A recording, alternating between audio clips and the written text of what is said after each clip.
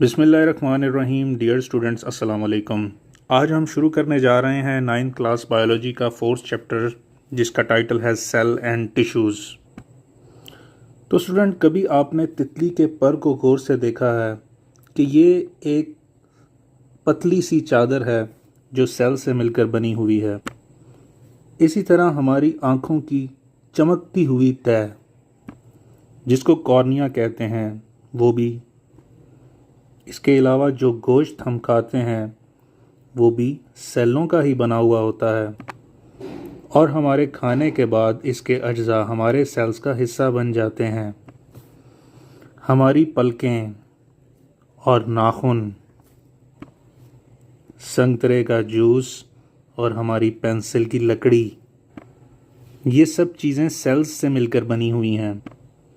इस चैप्टर में इंशाल्लाह हम सेल्स का बारीकी से मुताला करेंगे और इनकी अंदरूनी साख्त पढ़ेंगे। हम ये भी पढ़ेंगे कि मखसूस सेल्स किस तरह मिलकर टिश्यू बनाते हैं। तो चलिए चलते हैं इस चैप्टर के पहले टॉपिक की तरफ, जो है माइक्रोस्कोपी और सेल थ्योरी का ज़हूर। माइक्रोस्कोप के इस्तेमाल को माइक्रोस्कोपी कहते हैं। माइक्रोस्कोप यानी खुर्दबीन एक ऐसा आला जिससे हम ऐसी चीज़ें देख सकते हैं जो हमें आम आंख से नज़र नहीं आती।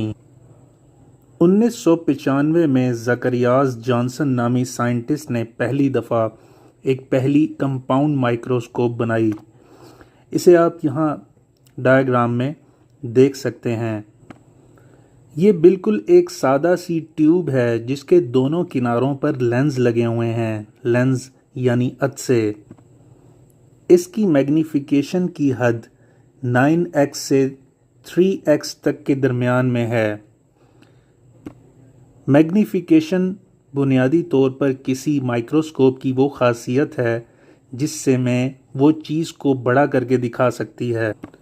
यानी कितना बड़ा, 1 गुना, 2 गुना, 3 गुना या 9 गुना।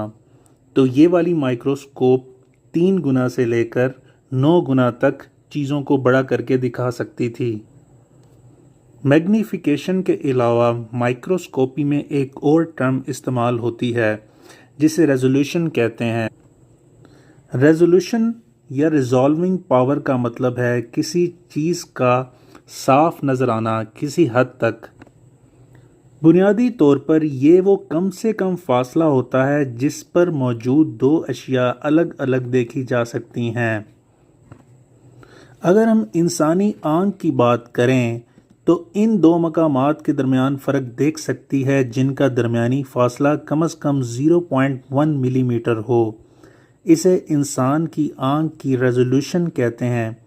अगर हम दो अशिया के दरमियान फ़ासला 0.05 मिलीमीटर कर दें तो हमारी आँख इन दो अलग अलग अशिया की तौर पर तमीज़ नहीं कर सकती।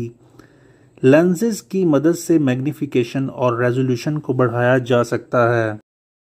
माइक्रोस्कोपी में दो तरह की माइक्रोस्कोप इस्तेमाल होती हैं। एक लाइट माइक्रोस्कोप है और दूसरी इलेक्ट्रॉन माइक्रोस्कोप। तो चलिए पहले बात कर लेते हैं लाइट माइक्रोस्कोप की। ये माइक्रोस्कोप भी बेसिकली दो तरह के लेंसेज पर मुश्तमिल होती है। एक लेंस जो आँख के साथ होता है या जिस पर आँख लगाकर देखा जाता है उसको आई पीस कहते हैं, और दूसरा लेंस जो ऑब्जेक्ट पर फोकस कर रहा होता है उसको ऑब्जेक्टिव लेंस कहते हैं। एक लेंस नमूने का जिसामत में बढ़ा हुआ अक्स बनाता है और दूसरा लेंस इस अक्स को मज़ीद बड़ा करता है और देखने वाले की आँख या फोटोग्राफिक फिल्म पर फोकस कर देता है। माइक्रोस्कोप के ज़रिए ली जाने वाली फ़ोटोग्राफ को माइक्रोग्राफ भी कहते हैं। लाइट माइक्रोस्कोप अक्स बनाने के लिए विजिबल लाइट का इस्तेमाल करती है। जैसे कि यहाँ पर आप देख सकते हैं कि यहाँ पर एक लाइट सोर्स लगा है जो फोकस करता है ऑब्जेक्ट के ऊपर, और ऑब्जेक्ट से लाइट गुज़रने के बाद ऑब्जेक्ट लेंस से गुज़रती है और उसके बाद ऑकुलर लेंस से आती हुई नज़र आती है, जहाँ हम ऑब्जेक्ट का अक्स देख सकते हैं। लाइट माइक्रोस्कोप धुंधलाहट पैदा किए बगैर अशिया को सिर्फ 1500 गुना बड़ा दिखा सकती है। यानी इसकी मैग्नीफिकेशन 1500x है।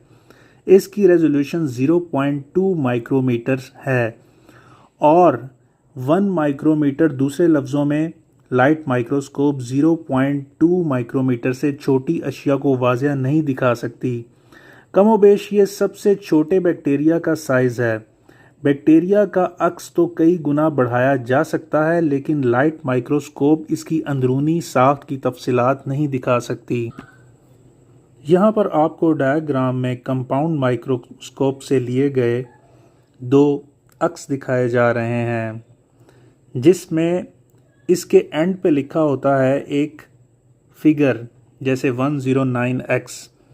ये हमें बताता है कि इस अक्स को कितने गुना बढ़ा करके दिखाया गया है। इसके बाद बारी आती है इलेक्ट्रॉन माइक्रोस्कोप की। ये माइक्रोस्कोप की जदीद तरीन किस्म है। इलेक्ट्रॉन माइक्रोस्कोप में नमूना और लेंस एक खलाई चैम्बर में रखे जाते हैं और नमूने में से इलेक्ट्रॉन्स की एक शुआ गुजारी जाती है। इलेक्ट्रॉन्स नमूने में से गुजर कर ट्रांसमिट होना या इससे रिफ्लेक्ट होकर अक्स बनाते हैं। बरकी व मगनातीसी यानी इलेक्ट्रोमैग्नेटिक लेंस अक्स को बड़ा करके स्क्रीन या फोटोग्राफिक फिल्म पर फोकस करते हैं। इलेक्ट्रॉन माइक्रोस्कोप की रेजोल्यूशन लाइट या माइक्रोस्कोप की निस्बत बहुत ज़्यादा होती है। जदीद इलेक्ट्रॉन माइक्रोस्कोप 0.2 नैनोमीटर जितनी छोटी अशिया को भी वाज़िया दिखा सकती है और ये लाइट माइक्रोस्कोप की सलाहियत से 1000 गुना ज़्यादा है। ख़ास हालात में इलेक्ट्रॉन माइक्रोस्कोप इनफरादी एटम्स को भी दिखा सकती है। सेल्स, ऑर्गेनेल्स और हत्ता के डीएनए और प्रोटीन के मॉलिक्यूल्स भी जिसामत में एटम से बहुत बड़े होते हैं। बायोलॉजिस्ट दो तरह की इलेक्ट्रॉन माइक्रोस्कोप का इस्तेमाल करते हैं, जो ट्रांसमिशन इलेक्ट्रॉन माइक्रोस्कोप और स्कैनिंग इलेक्ट्रॉन माइक्रोस्कोप कहलाती हैं। इस तस्वीर में नज़र आने वाली माइक्रोस्कोप बेसिकली एक ट्रांसमिशन इलेक्ट्रॉन माइक्रोस्कोप है। इसमें इलेक्ट्रॉन्स नमूने में से गुजर कर अक्स बनाते हैं। ये माइक्रोस्कोप सेल की अंदरूनी साख्त की तफसील देखने के लिए इस्तेमाल होती है और इस शक्ल में जो इसका माइक्रोग्राफ दिखाया जा रहा है, ये बुनियादी तौर पर जानवर का एक सेल है। यहाँ आप इसको गौर से देख सकते हैं। और ये है इलेक्ट्रॉन माइक्रोस्कोप की दूसरी टाइप, जिसको हम कहते हैं स्कैनिंग इलेक्ट्रॉन माइक्रोस्कोप। इसमें इलेक्ट्रॉन्स सतहों से मुनक्किस होते हैं, यानी सरफेस से, जिन पर मेटल की तह चढ़ाई गई होती है। ये माइक्रोस्कोप सेल की सतहों की साख्त देखने के लिए इस्तेमाल की जाती है। यहाँ आपको इसका माइक्रोग्राफ दिखाया जा रहा है, जो बुनियादी तौर पर मच्छर के सर और आंख का मंजर पेश कर रहा है। और अब आखिर में बात कर लेते हैं इस वीडियो के थंबनेल पे नज़र आने वाले एक हैरानकुन इंकशाफ की, कि जी हाँ स्टूडेंट्स, हमारी बॉडी एक नॉर्मल अडल्ट का जो जिस्म है वो 372 खरब सेल से मिलकर बनता है। इस तरह के मज़ीद हैरानकुन फैक्ट्स इंशाल्लाह हम आपको आने वाली वीडियोज़ में बताते रहेंगे। तब तक के लिए अल्लाह हाफ़िज़।